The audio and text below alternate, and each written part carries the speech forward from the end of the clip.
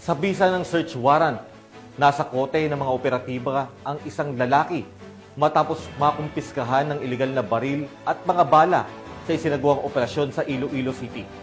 Nakatutok dyan si Patrolwoman Charmaine Balunsat.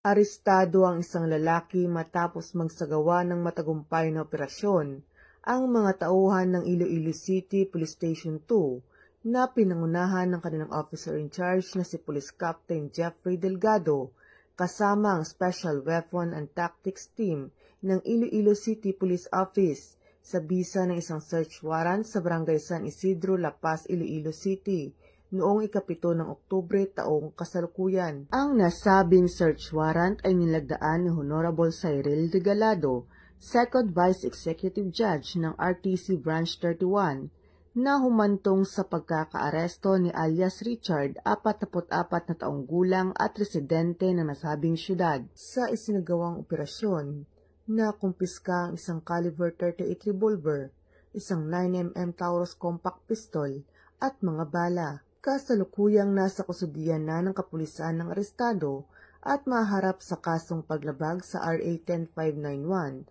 o ang Comprehensive Firearms and Ammunition Regulation Act. Patuloy ang kampanya ng kapulisan laban sa ilegal na armas na mahalaga upang mapanatili ang kaligtasan ng bawat isa sa buong komunidad. Mula dito sa Western Visayas, ako ang inyong Police News Network correspondent, Patrolwoman Charmaine Balunsat, alagad ng batas, tagataguyod ng Balitang Pulis.